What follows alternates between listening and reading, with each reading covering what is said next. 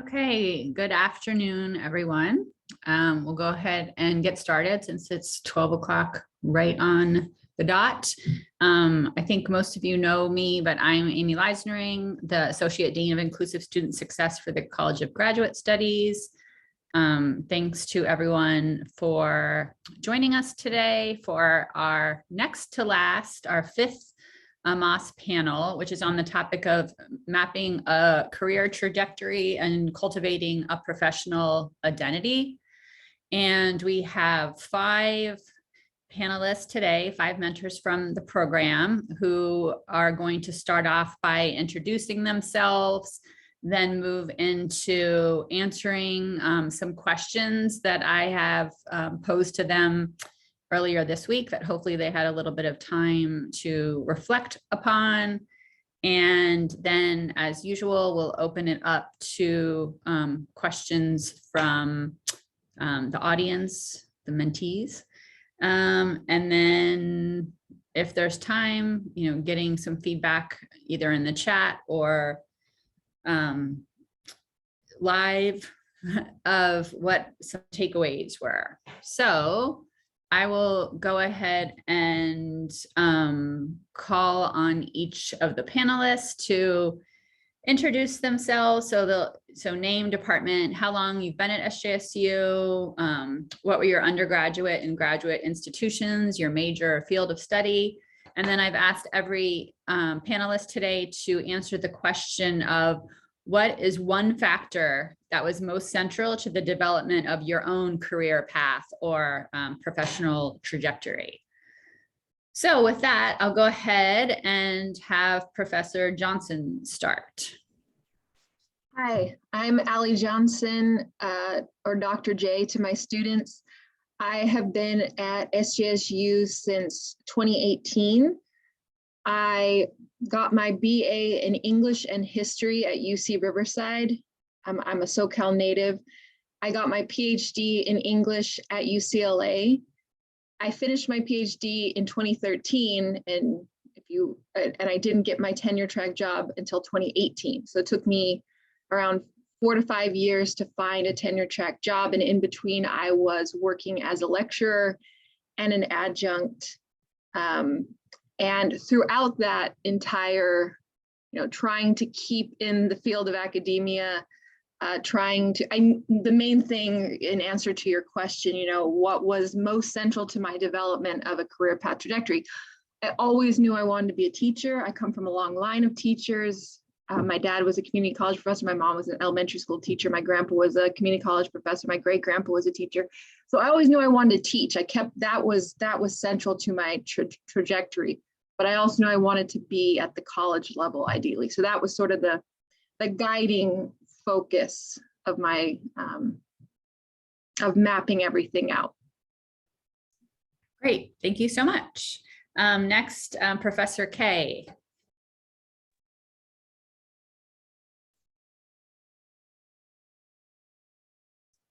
Oh, we can't hear you for some reason. You're not muted. How about now? Yes, now we can. Okay, thanks. My name is Melissa Kay. I'm an assistant professor in the Department of Occupational Therapy. And I was hired in 2020, right in the midst of the pandemic. But I did my undergrad and post-professional master's both at San Jose State and got my doctorate from University of San Francisco. That said, part of the reason that I wanted to be on this committee is that I didn't have a traditional career trajectory in any way, shape, or form. I dropped out of 3 institutions of higher learning before I got my feet under me. I'm a non-traditional student and didn't even get my bachelor's until I was 35. So So yeah, I've been with San Jose State on and off for many years, as well as a bunch of other places. And one factor that was most central to the development of my career path, I needed to go out and live life for a little while. And I guess my message, if anything, today is that there's a lot of different ways to do higher education, and there's a lot of different paths to becoming a professional in the area that you wind up in, and that the journey looks really different for all of us. Great, thank you so much. And then next, Professor, is it Ukiel? Ukiel is fine. Ukiel, I was close. Yeah. Okay, Ukiel. Yeah, it's a U like Uber. So hi everyone. I'm Pat. I work in the Department of Economics. I'm a second year assistant professor, tenure track. I, like Melissa, was hired in 2020 in the middle of the pandemic. So it's my second year this year. Regarding my undergraduate, I am originally from India. So my undergraduate degree was from the University of Calcutta in West Bengal in India. My master's is from the University of Warwick in the United Kingdom. I spent some time in England, and then my PhD in economics as well was from the University of Connecticut in the US. So I spent about 6 years in Connecticut before I moved to California. So I've lived in a lot of different places. One major factor, what Allison said also resonated with me. I sort of always knew that being in academia was sort of for me. My mother is a professor, my grandparents, both teachers, aunts, uncles. I come from an academic family. So I kind of knew that this was something that it appealed to me. The life of an academic person appealed to me. However, after my master's, I kind of took my first real job in academia as a lecturer at a state school in my hometown. And that really kind of, that was the time I realized that I wanted to do a PhD. I wanted to do this full time, and I wanted to become an academic economist. So the factor, I would say, both my parental background and also my experience at my first job, first real academic teaching job, were the central factors that helped me decide upon my career trajectory. Thank you. Thank you so much. And then next we have Professor Uresti. Hi, everyone. I want to start with just a shout out to my mentees, Allison, Stephanie, Carolina, and Monica. Without you, I wouldn't even be here. So my name is Dr. Aubry Uresti. Aubrey is fine. I'm an assistant professor in counselor education. And like Melissa and Pat, I'm also part of that COVID class of 2020. So this is my second year here at SJSU. Go COVID class of 2020. I think, let's see. So I also had a wonky path in getting here. Like Melissa, I had some institutions that I started at and didn't finish at, but the primary institutions where I did my work, DVC, Diablo Valley College, Community College. I also was able to do a study abroad through DVC to the University of London before transferring to San Francisco State, where I earned my bachelor's in sociology with a minor in critical social thought. From there, I went to St. Mary's College, and I earned my master's in counseling with dual specializations in marriage and family therapy and school counseling. And from there, I went on to UC Davis, go Ags, and I earned my PhD in education with a specialization in learning and mind sciences. In between all of those, I was working, often very, very heavily houred part-time or full-time jobs. And I think the piece that is central for me in the development of my career path and trajectory is probably being a first generation student. I had no idea what the heck I was doing. And that led me down lots of roads that I probably maybe wouldn't have otherwise explored if I had had a clear map and trajectory. And I think that sometimes making a turn that wasn't great helped me to reset and make a better turn in a direction that was a better fit. So I think that being first gen and the resilience for me that came along with that. Thank you so much. And then last but not least, Professor Valero. Hello, my name is Miguel, and I am an assistant professor with the Department of Meteorology and Climate Science. Also my second year as an assistant professor, so also part of the COVID cohort. So it's definitely been very, very exciting to be here the last 2 years. Before that, I am originally from Spain. So I did my bachelor's degree in aerospace engineering. And then I went on to study also a master's degree in aerospace engineering. And my career has also been kind of a little, I don't know, I've been jumping around different disciplines and trying different things. There was a time when I did a master's degree in biomedical engineering, and I thought I would do that. And then at some point I moved away from that again, and I got into remote sensing, and that's what I did my PhD on. And then after all that, I ended up working for a private company in California as a researcher. And then after that, I joined San Jose State. So what I can say about my career, and if I had to choose one factor that was central to the development of my career, that was, I would say, my passion for science and research and teaching as well. So I've always kind of known that I wanted to do those two things, research and teaching.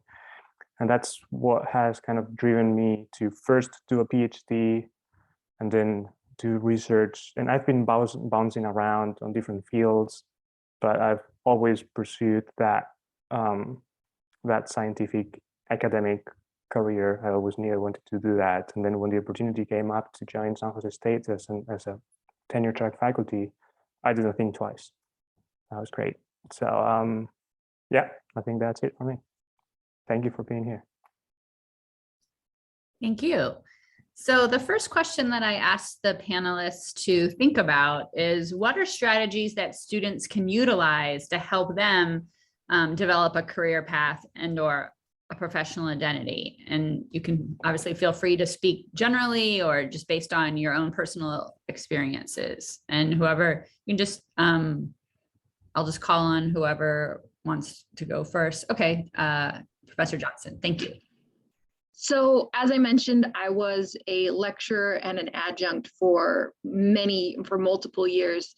And so luckily I was able to stay on at UCLA as a lecturer, but couldn't pay my rent just being a lecturer at UCLA. So I would commute to a community college in Orange County.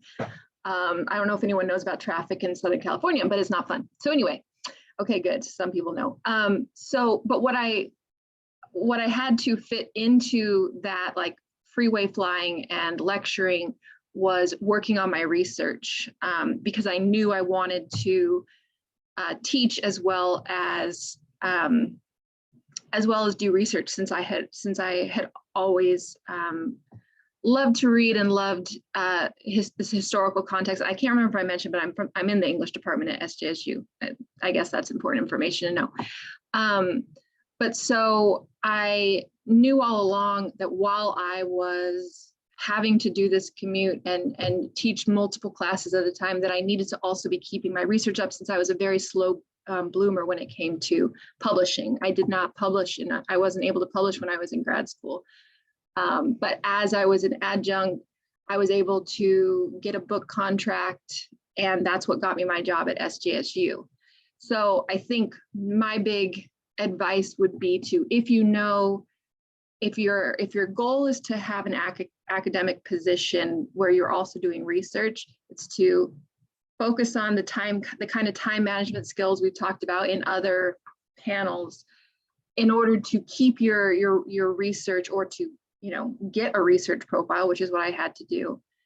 And it's not easy, but just recognizing, okay, well, I want to be at a university. So what do I need to do to get myself there? And for me, the answer was, I need to get publishing. So if you know that's your trajectory, then finding out a way to balance all of your teaching along with commuting, but also with doing that research. But if you're focused on teaching and you know you want to teach at the community college level, or you want to teach at the high school, or then focusing on your teaching is fine. It's all about just kind of having a realistic view of what it's going to take to get you to the position that you want. That's my 2 cents. Thank you. Professor Valero. I think that's great advice. Adding to that, I would maybe also mention, or I would highlight the fact that maybe some people may not be sure about what they want to do. I mean, once you know, that's definitely great advice. But I remember being on the spot of not really knowing which way to go. Like, I always knew my passion, but there are going to be times where you have to make choices, right? And you are not going to have all the information you need to make those choices.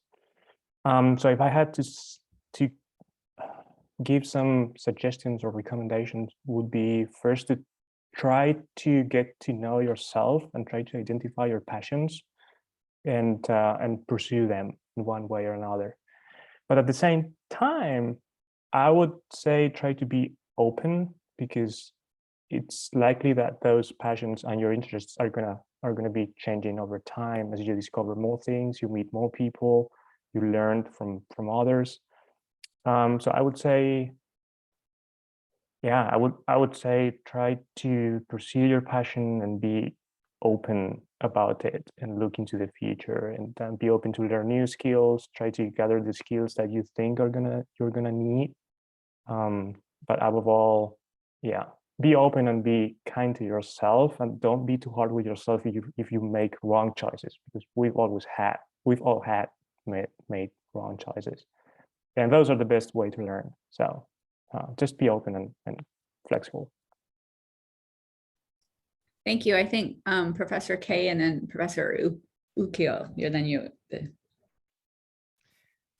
So I have a little bit of an unusual situation where I got my degree in occupational therapy, and then I have been in a clinician for 20 years at this point. And so now that I'm in academia and working with students, it's the same student body that is coming to me clinically to do internships and then get hired. And so the things that I find, and I think this applies across the board to a variety of career paths, but the things that I look for as an employer are that students are curious, and that they're taking that extra step to be proactive. It's not, of course, not possible to get work experience while you're in the midst of schooling, but like as an advisor for my department, the students that make an appointment and say, what can I do to separate myself from the crowd, right? To develop my professional identity and to get started on the career path. I say, make some calls, see if you can go on an informational interview just to see what's out there and see what the job market looks like. Join a committee because it's an extra line on your resume. Present at a conference along with one of your professors because it's an extra line on your resume.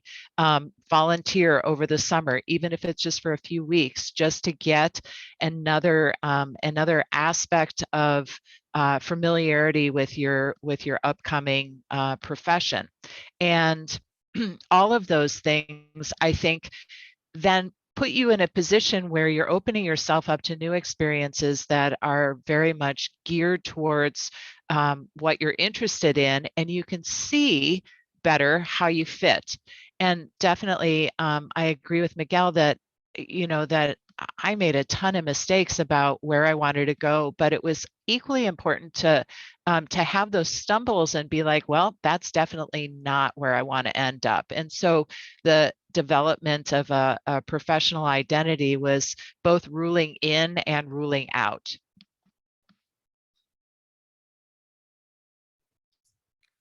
I'll just continue with I made some notes for this particular question because this was a big part of my thought process in grad school.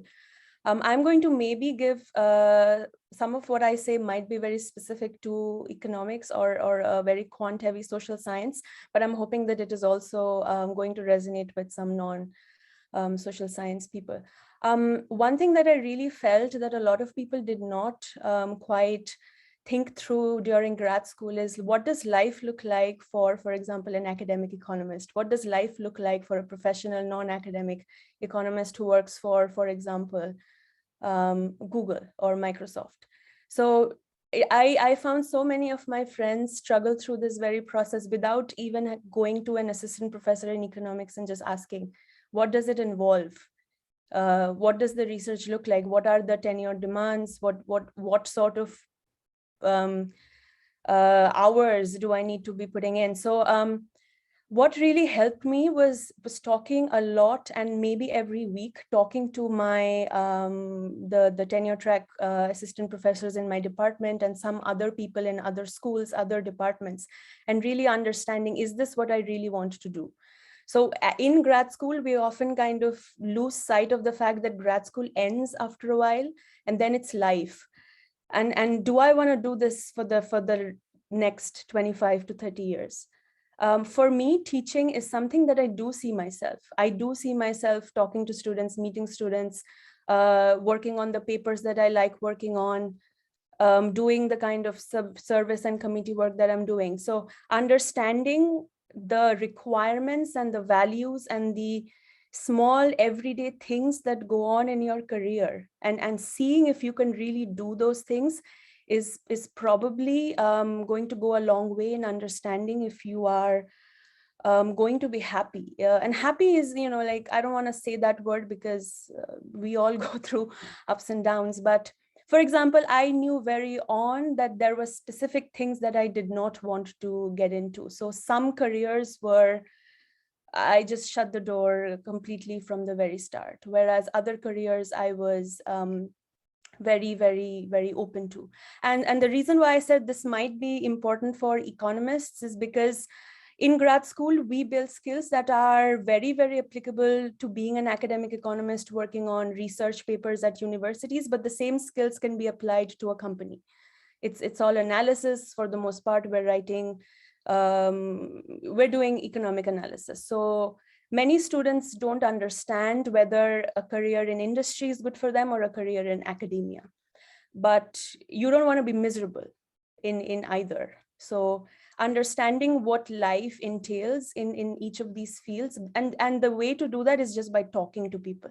I think from the very early on, just talk to people, talk to your professors about what it actually is being a professor or whatever. That's really great advice. Thank you. Professor Uresti.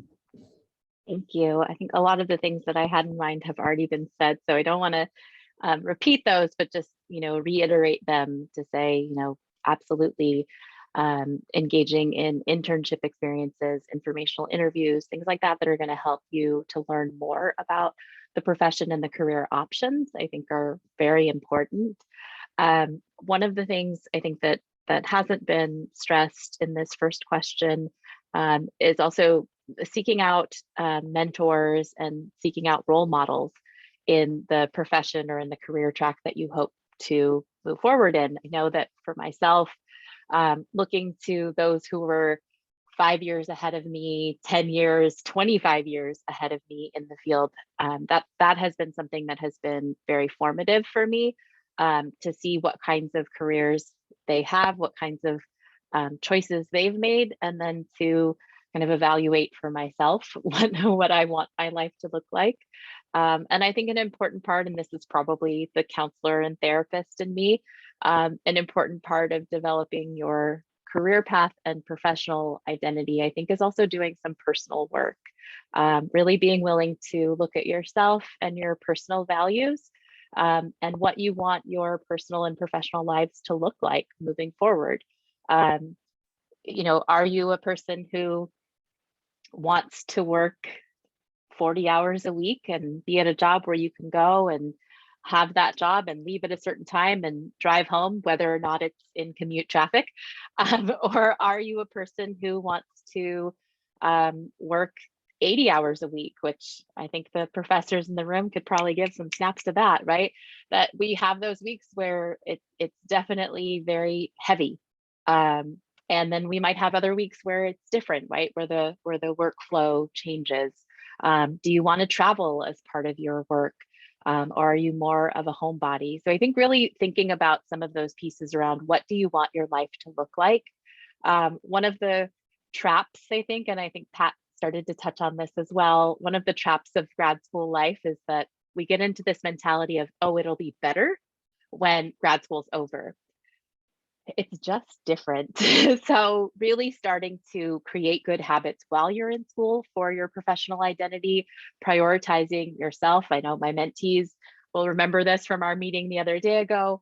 You know, you're making that to-do list and it's all of the other items except career and professional life, professional identity. Put that on there. You know, how are you going to start making those connections now? How are you going to start building those relationships now? Because they will impact you in a year or 3 years or 10 years. So I think prioritizing the creation of your professional identity will help you to achieve it. Thank you. And that's such a great segue into my next question, which is, what advice would you all give to students who have to make decisions about where, how, and what to put their energies into professionally? This obviously harkens back to our previous panel on work-life balance. As we know, a lot of grad students at SJSU are balancing, a lot of competing responsibilities. So what types of advice, panelists, would you give students about maybe when, how to decide, okay, how do I do some of these things that you're talking about? And how do I weigh what's most important? Dr. or Professor K, your hand is up. I don't know if it was up from before, but do you want to just start us off since Sure, it was up from before. I was trying to escape that.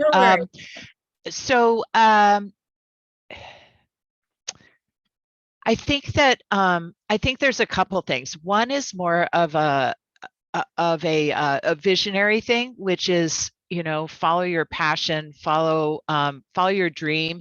Understand that grad school is not like undergrad. Undergrad is kind of a survey of the world, and graduate school is an opportunity to dig deeper into what it is that you're interested in. It was for me anyway. And so anytime I had a choice, I made a decision to dig into what was truly interesting to me, rather than just following the path of least resistance, which kind of leads to my other point, which is pragmatically, we're all overworked and overextended, and well, I'll speak for myself, I am, and my students also seem to be, especially since we're in the middle of midterms. And so anytime that I could grab onto a topic or an area and use it for more than one purpose. So if I was, for example, I'm a pediatric occupational therapist. So if there's an option to do a research paper about something in pediatrics, I would take that. And then I would catapult that into, what's my level 1 field work? So my little field work experience, I'm going to go into pediatrics, right? So being pragmatic about how you organize what it is that you're interested in and making it work for you for more than one assignment or class or experience can be powerful. And as far as energy, what to put your energy into professionally, for me, I have the curse of being interested in everything. And so as a result, I go down rabbit holes all the time. And then time passes and I haven't actually done anything, but it was really interesting. And so giving myself some parameters around how long I get to explore, and then how long I get to be on what it is that that I need to push myself forward professionally. And I would reinforce what Aubry said, which is that probably the single biggest help with that whole aspect of what and how to organize it was having mentors. And the mentors don't necessarily look like I imagine them to. It's not somebody that has ever like been there for me 100% of the time and always answers my email and always has my back and is exactly on the same page. And that's reality, but it was also a really big shock. I just and now that I'm in academia, I get it, you know. But making use of mentors, whether it's in the work world or in academia, or even just alumni from your department that have a couple years on you, all of those sources and resources are great opportunities for you to help craft your decisions and move forward professionally and figure out where to put your limited energy. Thank you. Professor Ukiyo? Thank you. Regarding where students can put their energies, so I was thinking 2 or 3 years back. I kind of like in the middle of grad school decided like a list of never do's, or I will never do these things. And one of them was like join Twitter, or you know, because econ Twitter is it's a thing. And there was basically for me a list of things that I would never think about, even though it would come about in office discussions with other grad students. And then there was this list of like must do's. And one of those was meet with my advisor every week if he had time. So I think what helped me a lot was building like a weekly schedule for myself that didn't change too much. And I am a big proponent and a big advocate of making small progress every single week, every single month, as opposed to doing a huge amount of things one particular week and then letting go of your work for the next 2 weeks. So if you have to decide between how you wanna, if you are thinking about how do I want to live my life, I decided in grad school that I didn't want my life to look very different when I got my real big job. So I still continue to do like journaling. I am all about like writing my thoughts down in the morning. I still try to do that as much as possible.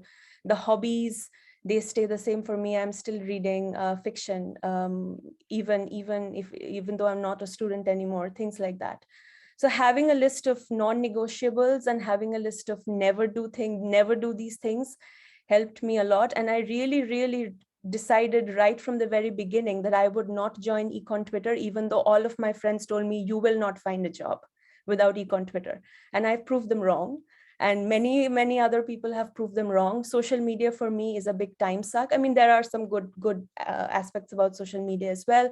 But what I found was also some very detrimental to my mental health, and what kind of a lot of people put their energies into, and then it harmed them, was comparison with other grad students, comparison with like the person who sits next to you in your office, or the person pre-COVID, or the person who you know you're friends with in another program who has 5 publications and you don't. I didn't have publications in grad school. I was also very slow.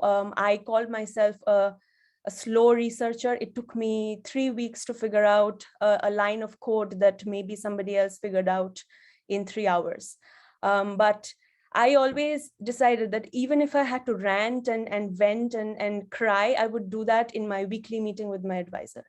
So, and that helped me so much because I was able to complete my PhD on time. I was able to get everything done on time, and largely because I made like 1% to 2% progress every single day. That is what it seems like to me right now. But I just kept on just digging away at small stuff every single day, making a to-do list every single day, having some kind of self-care stuff in that to-do list every single day, so that my life didn't look very different after grad school. Thank you. Thank you. Professor Johnson? So I would just say briefly about social media. I accidentally got onto like Civil War historian Twitter because I work on Civil War literature.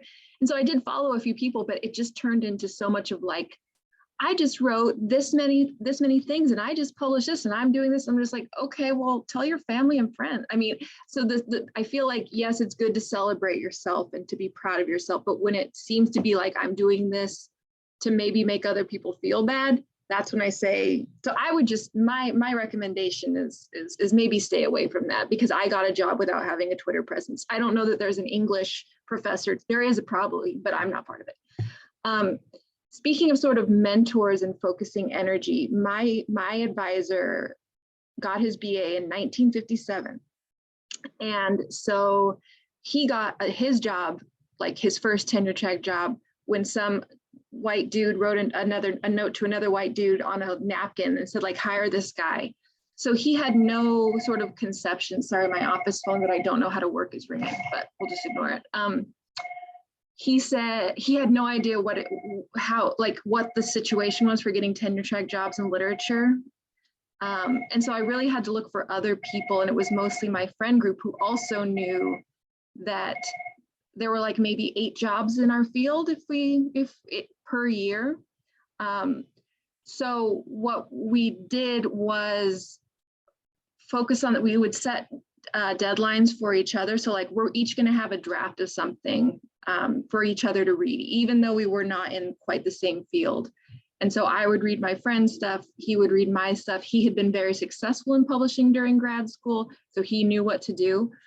And that really helped. And like he read my drafts of things before I sent them off. And so since I didn't have an advisor who was with it and who kind of knew what was going on, or who had a lot of time or attention for me, and he was great in other ways. He supported me in other ways.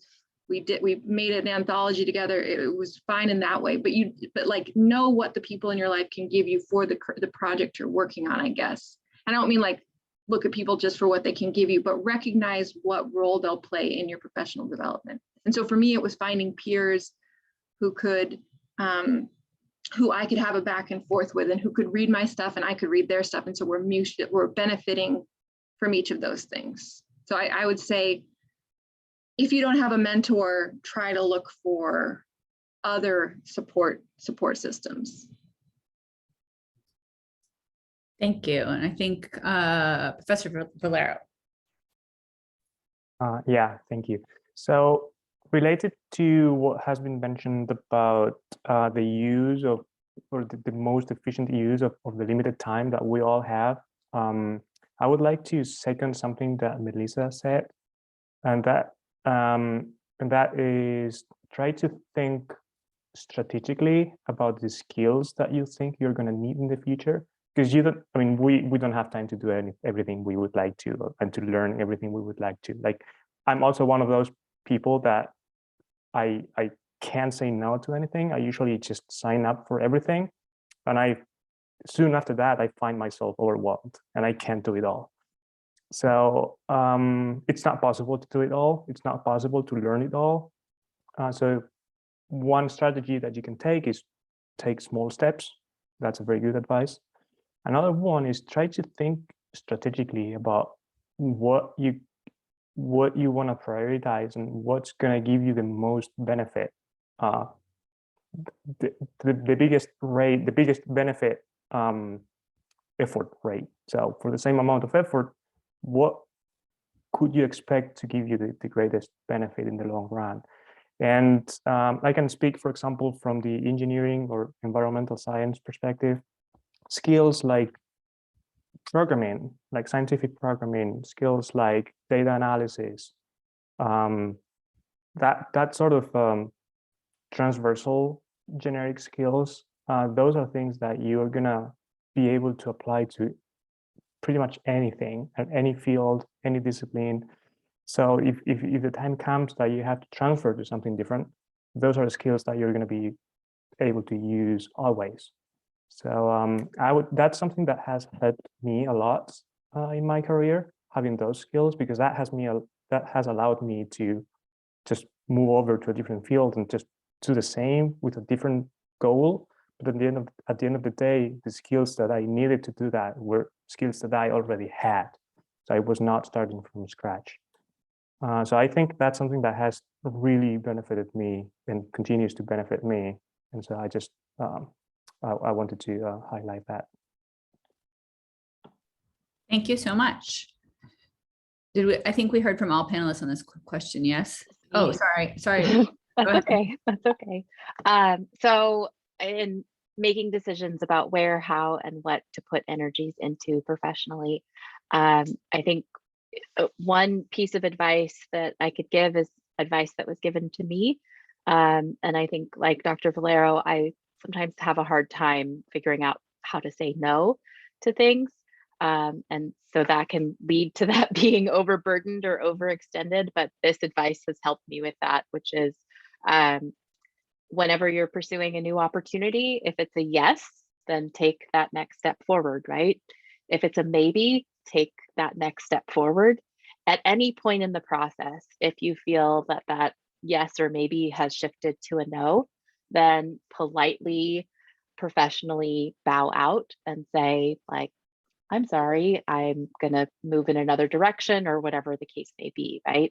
I am from a family of very hardworking, dedicated people, and anytime there was an opportunity, it was always a yes, because I think the mentality, being first gen, coming from, the family I come from, I think the mentality was you say yes because you're not too good for any opportunity, so don't pass it up. And you don't know when the next one may come, so say yes, right? Because you've got to eat, you've got to take care of the family and everything else. So it's been a lot to kind of grapple with that in my own kind of personal values, to know that it's okay to say no. And sometimes it's about, I guess, the other pieces of advice then would be, I think about my dad. And he would say, like, in any situation, always put your best foot forward. So whatever you do, present with that best, most professional, authentic self. I think authenticity is your best tool in your professional life. Being genuine, being honest, and being true to who you are, and your ethics as a professional is imperative. If at any point, again, you want to back out, the other piece of sage advice from my dad, don't burn bridges. Whatever you do, always end it well. You don't want to like blow it all up, set it on fire and say like, I'm out of here, right? End it well, because you never know when you're going to cross paths again. Our professional worlds are a lot smaller than you may think. I see things, I was just reviewing applications for admissions for our department, and I'm looking at the letters and reading the letters of recommendation. I'm like, I know that person, I know that person, I know that person, or I haven't seen that name in 10 years. But you will start to realize the longer you're in your field that you're going to have so many potential overlaps with people. So always ending on a good note. I think those are my pieces of advice that I've borrowed from mentors and loved ones in the past. Thank you all. There's some really great advice here. So shifting gears a little bit, and some of you have alluded to this, to your experiences with this, but was there ever a time that you felt stuck or unsure along your career path? Perhaps there were several, and you want to talk about the one that's most central. How did you end up overcoming this? And if anyone wants, go ahead, Professor Ukiyo. Yeah, I've struggled with this quite a lot, even though, as I said in the beginning, I kind of knew academic life was for me. The one that was most frightening or central to this feeling was in econ or in many other fields, I'm sure, before we go on the market, we need to have like a seminal paper, or like a paper that we call the job market paper. You kind of like go on the market advertising yourself, and you're attached to this paper that will eventually get published, and it kind of shows what your skills are, so to speak. And I went into my third and fourth year, like building up this paper that I thought would be my job market paper. And then right in the beginning of the year that I was going to go on the market, the fall of 2019, I remember. Summer of 2019, I realized it had all fallen apart. 1 year's worth of work was just not going to translate into a paper that I could go on the market with. And then at that point, it was like a scramble to figure out how to pick the pieces up and make myself go on the market. I was also not in a position where I could financially take another year. So I was in a very bad situation, locked into this kind of circumstances, these series of circumstances that kind of told me you have to go on the market in fall of 2019. There's no way you can have an extension given the situation I was in. So you'll just have to come up with something. And that was, I believe, like the lowest time in my grad school where I was not even sure if I would have something, because in econ, without this paper, pretty much there is no way anyone is going to give you a job. It's pretty much set in stone. These are the requirements in your application. Without that, it's a zero. So what it took in that, like the last 2 weeks of summer, was me deciding that something is better than nothing. I had another paper that I wasn't like fully feeling as excited about as I had on the paper that I had built up in my mind would be my paper.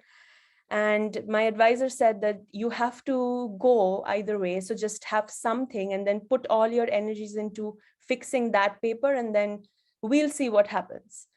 So I cannot, like, obviously right now things worked out. So I guess the moral of the story is, however bad or however stuck you feel, or however bad the situation might look like at that time, things do work out.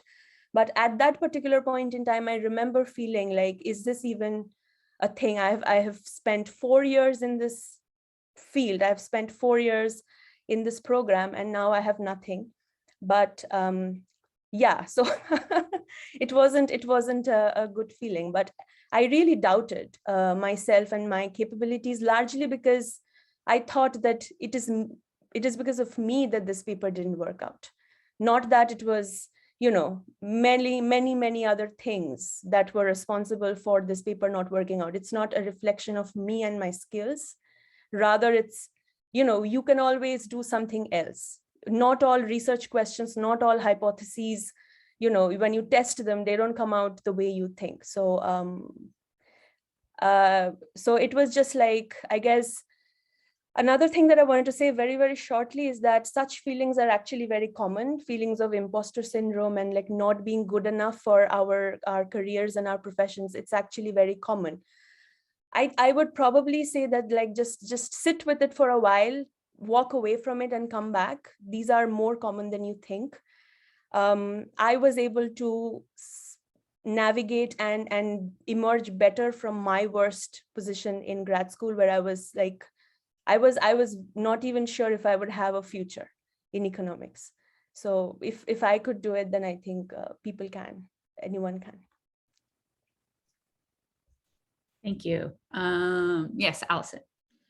I feel like grad school for me and for many of my friends was just a series of existential crises. You know, you just sort of like, what am I doing? What is this? What is anyone going to get a job? What are we doing? Why are we in our late 20s and early 30s and doing this while everyone else is making money and moving forward in their lives? And so I think that's very normal, just to kind of doubt it. It helps though, since I knew that I always wanted to be a teacher, that I had that I knew that truth. And so I think the main thing is just moving through those moments of doubt and refocusing on your work. But I would say, like I said, since it took me 5 years to get a tenure track job, and I went on the job market the year I got my PhD and maybe the year before that. And each year I was applying for like multiple jobs, but usually in my field, there were maybe like 5 or 6 jobs, 7, 8, 9 in a good year in my field. So it was just so limited, and it felt really depressing. But what I was able to do was remain employed in academic positions, even though they were not ideal.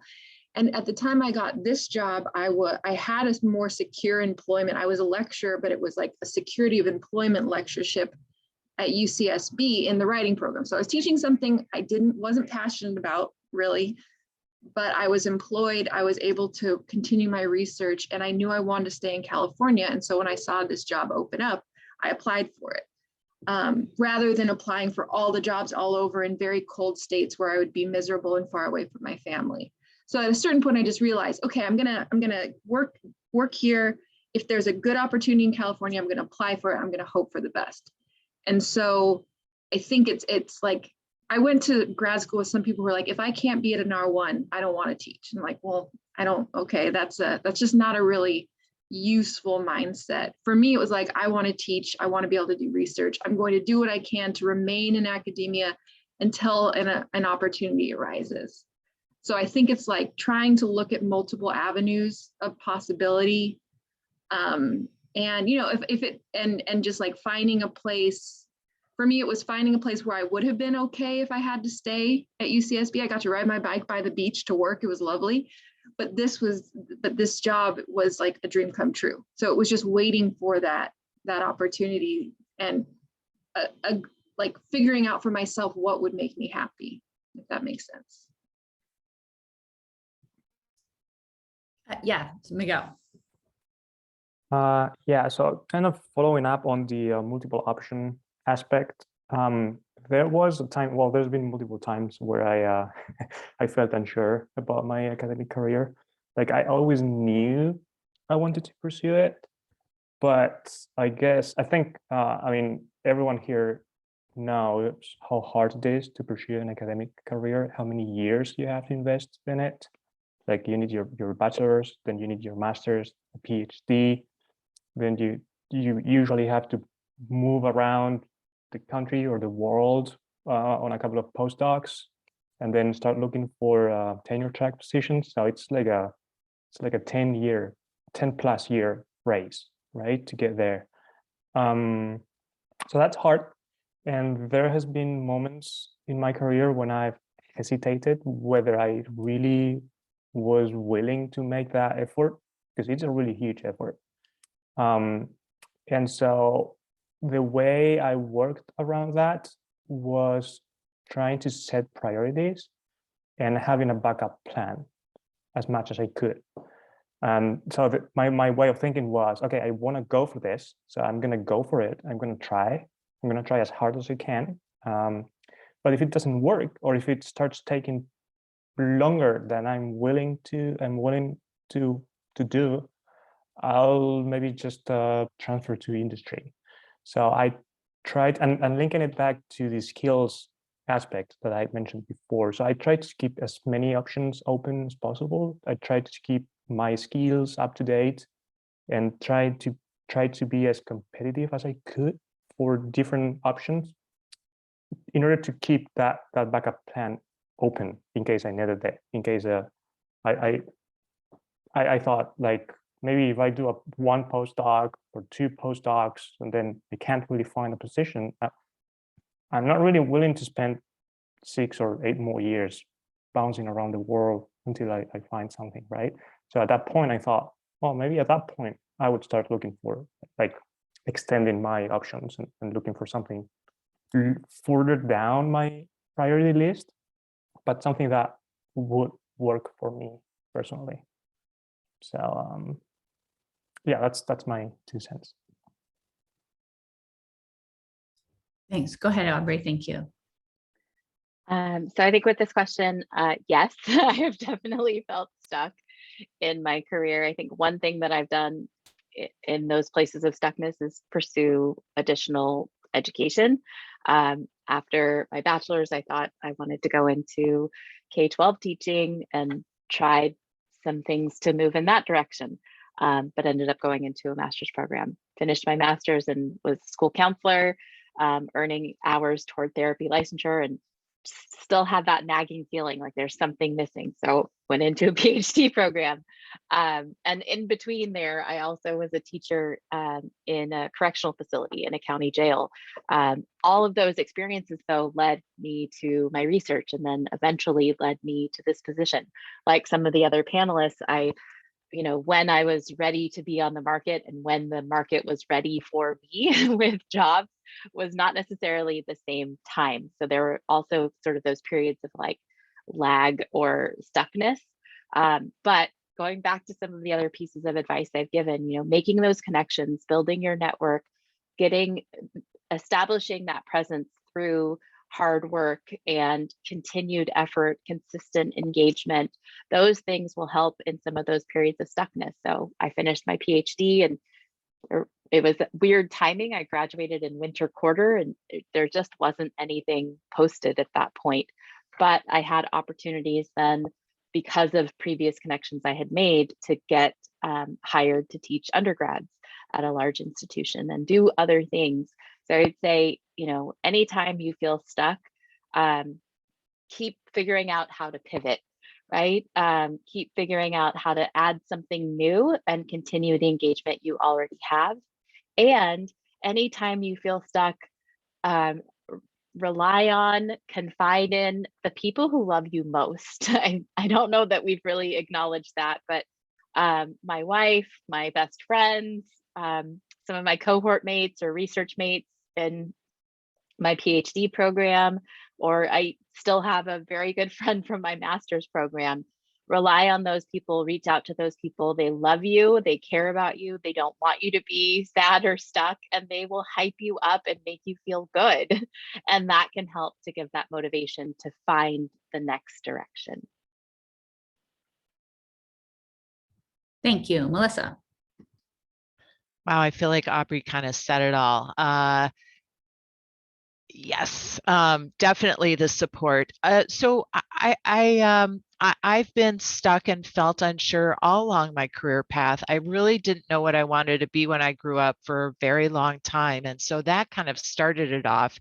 And one way that I overcame that first one, and along the way, I was an adjunct for 10 years before I got hired into a tenure track position. And I knew for a great deal of that time that I wanted to be in academia and move away from clinical practice a little bit, although I still own and run a clinical business. But I've often felt stuck, and maybe not so much stuck, but terrified that I'll make the wrong decision, and that the path that I choose is going to be the wrong path, whatever that means. And what I've had to kind of develop internally is this idea that I have no idea. Right. So my worst case scenario and my pessimistic attitude of like what's going to happen to me, winds me up like homeless on the street and without a job or any prospects whatsoever. So I really can't believe my brain much of the time. And so what I do instead is I rely on other people, to be like, okay, what's the reality of this situation? So it happened when I was getting into the field in the first place. It happened again because I did clinical work, for 15 years. And then I thought, like, I can't sustain this indefinitely. I need to do something different. I had no idea if teaching was for me. And then I got into teaching and spent 5 years getting my doctorate in education so I could super augment my, it was in learning and instruction and educational technology. So I could really augment what my OT content expertise was about. And then I couldn't get a job. And so I also prioritized myself. And I said, you know what, this may not be the path for me, but I'm not going to continue to be an adjunct for the rest of my work life because it's super low paying. There's no benefits, there's no security, all of those things. And so, like so many of the panelists have said, I kept up my skills. I even improved my skills in a number of areas. I kept all my options open. I don't know how much we've talked about networking. For me, it's like horrible, the networking and self-marketing part, but it's a necessary part of my career that everywhere I go, I'm an occupational therapist representing my business, representing San Jose State. And I never, ever know what connection is going to come back and provide me with something that is just really positive or useful. So I get stuck a lot, and how I overcome it is doing the things that I know how to do. And if I can't tell myself that, then I get my people to tell me that, so that I can continue to move forward. And just that movement, as much as I'm like, this is not doing anything, actually does. The continuation of just moving forward. Thank you. And That's my 2 cents on that. Thanks. thank you. I just want to add one thing. I don't think anyone has touched it, just from my own personal experience. I try to kind of avoid sharing too much and let the panelists do it. But for me, it was fear. When I was a graduate student, I had the chance to do some teaching, and it just was terrifying to me. I actually hated it. And I was so, and I had thought I wanted to, I'm a sociologist. I thought I wanted to be a sociology professor from literally my like sophomore year of college. And I got my master's in sociology, got my PhD in sociology, but teaching was just, I never could kind of figure it out and how to do it in a way that it wasn't terrifying to me. And so I thought, well, I've got to do something else. Well, I lived in Santa Fe, New Mexico, and there wasn't really anything else for me to do there. I was actually had a bunch of just kind of piecemeal jobs, including like being a rich person's gardener with my master's in sociology. And I wasn't limited location wise when I decided that I wanted to try academia. I had actually submitted a paper that I published and to a graduate, sorry, that it wasn't published yet, but that I was working on as part of my dissertation to a competition, a graduate student paper competition. And I won the competition. And I thought, like, this has to be a sign. Like, there's no other place that I would be able to write like this. I'm good at this part.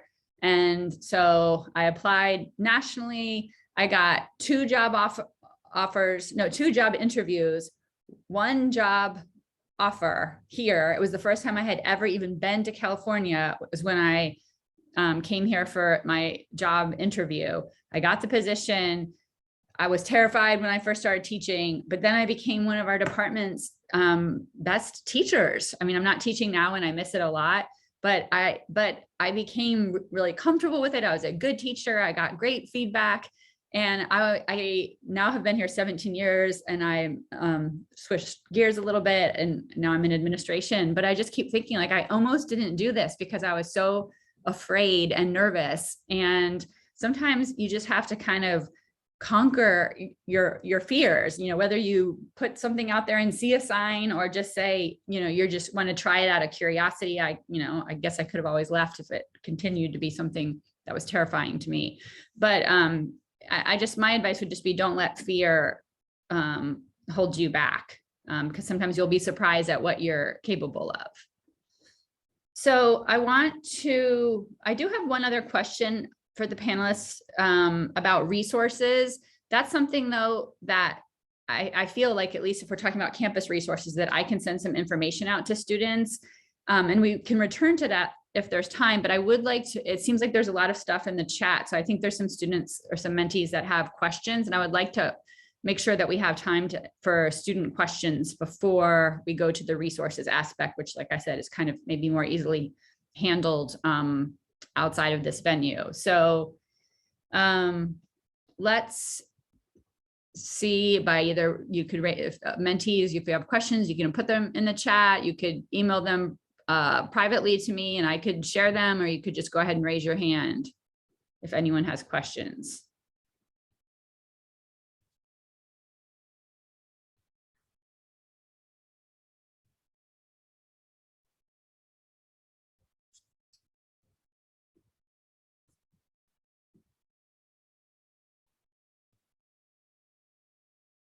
One thing I did learn was teaching is if you're quiet enough and you just sit and look, someone eventually will say something, even if they're just wanting to break the silence. So I'm not leaving till someone asks a question. Oh, thank you, Juliana.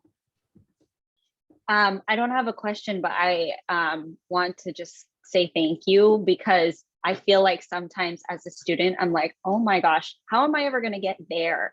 And to really, for all of you to open up and be so vulnerable about your stories, it's kind of like, wow, we are all human on this adventure. And there's so many common struggles, and it's really refreshing to hear that we're not alone. I think that's like, we all kind of struggle with it in grad school. Like, did I make the right choice? Am I doing the right thing? And to hear every single person has gone through that same struggle is like, wow, we need to talk about this more, because it would really, I think, I forget who said it, hype everybody up, and you can still do it, and you're doing the right thing. And even if you're not, or you figure out later down the line that you want to change, you can, and nothing has to be permanent. Thank you. I mean, I think that really, in some ways, that's the purpose of this whole program is, not just for mentors to share their like professional wisdom, that's part of it for sure, but also their experiences and their struggles, because as you see, we all have the same ones that you are facing now or are likely to face. So I know there's been a couple of questions in the chat about, and I'm not sure how many people are interested in this, and some people have answered it, but maybe a panelist or two could speak to this issue of how do you know if you want to go into academia versus something non-academic, and is there the ability to kind of leave one and go back to the other? And there's been some response to that, but I wondered if anyone else had anything to add besides what we've seen, or if any other mentees have additional questions about that. Yeah, Pat, thank you. Yeah, again, I'm sorry if it becomes very specific to econ, but know what the requirements are for advancement and promotion in an academic job, and if you will be able to kind of work towards them. So in econ, some schools have tenure standards that are may not be feasible or practical for a lot of researchers, and you might have the skills for both industry and academic jobs, and academic jobs might require you to do some things that you may not be comfortable or you may not like them, while industry jobs might have requirements that you are fine doing, and vice versa. It might be the other way around as well. So it's very important to, at least like in the final year of grad school or right when you're applying for jobs, understand what the promotion and advancement and the retention, tenure, promotion requirements are, which I agree is very hard to find out being an outsider, but just gauge what the overall requirements are for. So again, like understand where you want to, if you want to teach, and I think Allison said this, do you want to teach at the community college level? Do you want to teach at a slightly different level? And this is important for econ. Do you want to teach at a research focused school, or do you want to be both? Do you want to do research and teaching? So I know a lot of economists who are not comfortable teaching. They would 100% prefer to just to do research. In that case, then it becomes a kind of like a, do I want to do research for a company, or do I want to do research for a university? How do you like, how much do you like to write? Do you like building a paper from 0 to 100? Like, do you actually enjoy the process of writing? In grad school, we often are under hard deadlines. So we don't think of writing as a thing you have to do forever. So we kind of think of it as a homework sometimes, some people do. So do you actually enjoy the process of writing? Because in my field, we have to write like, it's a beautiful story with economic analysis, and some people love it, some people don't, but you're literally telling a story about like foreclosure and housing prices, but then do you actually enjoy that? That's the thing. So I think to some extent, if you understand what excites you versus what you absolutely detest, that helped me a lot. Maybe taking yourself away, like physically remove yourself from deadline thinking to thinking more long term, kind of might help. I do. Oh, go ahead, Allison. Yes. So I was just going to say, somebody said in the chat something about like feeling like they need to be in a PhD program right now, or worrying about timelines, or like being away from the field for a while and coming back. One thing I realized, like, even though Yeah, my office mate is gone. Even though I went straight from undergrad to grad school, which meant that I was completely exhausted by the time I was done with my PhD. Most of the people I went to school with were at least 2 years older than I was. Some people were 10 years older, had come back. Everybody has a different sort of journey, and it doesn't really matter when or where you start that journey. The focus is like where you end up, right? Which I know sounds kind of cliche, but I do think it's important to keep in mind that I think Professor Ukiel has a good point about knowing what you're passionate about and but also being realistic about, okay, well, what can I do to work in a position that allows me to engage that passion? Or do I need to do this on the way to having a position? Do I need to teach writing or be an adjunct on the way to getting where I want to go? So I think that I don't know that it's very easy to be away from to be away from academia for 15 years or 20 years, but I do feel like everybody has a different sort of timeline. And so people step away for different reasons, or they come to it later in life. So I would try to focus less on like, am I doing this at the right time? And more on like, what steps am I taking to have a good resume once I get to that position where I'm applying for a job? So even if you're away for a while, what can I be doing while I'm not doing the job that I want to do in order to get to that job? The other thing that I was going to add is I think when I have counseled students who would like to go into academia, a lot of times they're not aware that it can be really hard to find something locally when you're ready to actually get a job. And I think Professor Valero alluded to this, that depending on the field, you really might have to look outside of your area if you want to find something. And there's lots of universities around here, obviously, but there's a lot of people competing for the positions, again, depending on the discipline. So, sometimes you have to be willing to move somewhere else, maybe temporarily, but perhaps long-term. And, that's something that I don't think everyone is aware of. So you might want to talk to people in your field, if your mentor isn't in your field, about these types of questions, and see, think about, I think Professor Ukiel talked about this, like, what do you try to look a little bit about, like, what do you want in your life? If family is really important to you and you refuse to move away from them, then that's going to limit your options. There's nothing wrong with that, but you might, need to take that information and use it to shape your particular path. Yes, there's lots of jobs. A good friend of mine ended up somewhere in the deep South and was just like, okay, no shade on the deep South, but not everyone wants to be there, and they ended up leaving. But any other questions? I want to make sure that we get to any other questions from students or mentees, if so.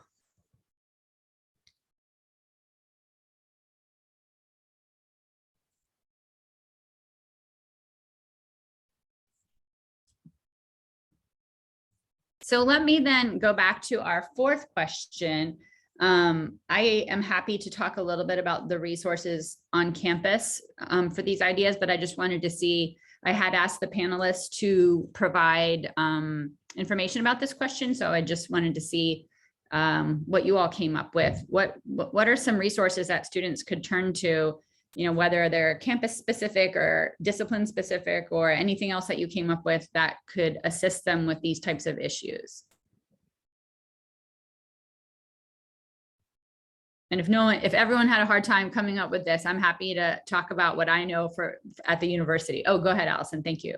I think we sort of touched on this before, but talking to your professors about how they got where they are, especially if they're in a job that looks like what you want to be in, but probably also just have friends from grad school who went in different directions. So I think that going to office hours or emailing and saying, I'm interested in an academic position and I'd like to ask some questions, or I was wondering if you'd be willing to share your journey. That can be a good way especially, Professor Uresti mentioned the difficulties of being first generation. Like if you don't have family members you can talk to, which I was very fortunate to have, like since they're all teachers, I could talk to them about how do you become a teacher. But so finding people who have traveled that road before you is helpful. Miguel? Yeah, and I will also add, also be in contact with your peers, not only professors and advisors, which of course is very useful, but building that network and growing a network that's as big as you can will also help, or it has helped me at least, to be in contact with people who are working in different fields. So I have friends working in industry, I have friends working in academia in different places, with different roles, different backgrounds, and that has helped me also get a broader picture of what people are doing and what each job may require and what career paths it offers. And so again, also it was mentioned before, but I think building a strong network is key for the future. Thank you. I went ahead and put in the chat the link to the Career Center at SJSU and the part of their website that's dedicated just to graduate students. There are career counselors there that will work just with graduate students. And I've found them, they're very wanting and willing to meet with graduate students. So that's a place that you can go. I think just from talking to students on campus, there are some departments on campus that are really good about helping students with this question of, what am I going to do when I graduate? And some maybe that aren't as good. And, there's some fields that are very applied where you get a degree and it means that you're going to go right into this career path. There's others, like in my own field of sociology. Okay, you're a sociologist now. What does that mean? The good thing is that there's lots of things you can do with it. The harder thing is it's not a specific career path of what sociology is.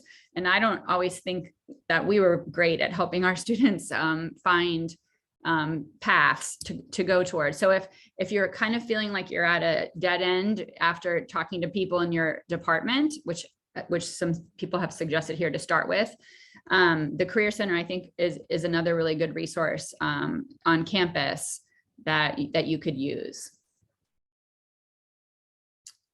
Any other advice, questions? Aubrey, it looks like you have something to say. Thanks. Yeah, I was going to add, so you put Career Center in there, so I'm glad. The other one that I was thinking is the Chicanx Latinx Student Success Center. You can sign up for their weekly newsletter, OHO, and when you get that newsletter, it's just like a series of flyers for campus events, and from El Centro, but also from other, campus partners. And so it's one way to kind of easily stay connected to what's happening on campus with like career fairs or internship fairs, opportunities to join a counseling group or to do a resume workshop. So those are ones that I always encourage my grad students to sign up for, to just like be able to have access to that on a weekly basis of what's happening.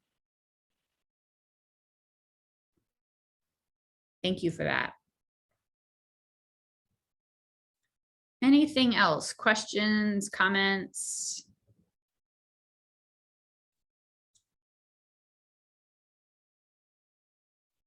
Oh, and I should also plug my own college's newsletter. And I know that's a lot of times we have some email overwhelm. We also have an Instagram page, and we're on Facebook. And when we have events that are of interest to graduate students regarding these types of things, or scholarship opportunities or internship opportunities, we post them both in our newsletter and on our social media pages. So that's another way to get information as well. Okay, doesn't seem like anyone else has questions or anything to share. So happy Friday. Yay, it's Friday. Thank you so much to our panelists. I think this was a really great panel. I learned a lot of stuff and it really made me think about some stuff. And yeah, as always, you can feel free to reach out to me if you have questions or concerns. But I hope you all have a great weekend. Thank you. Thanks, everyone.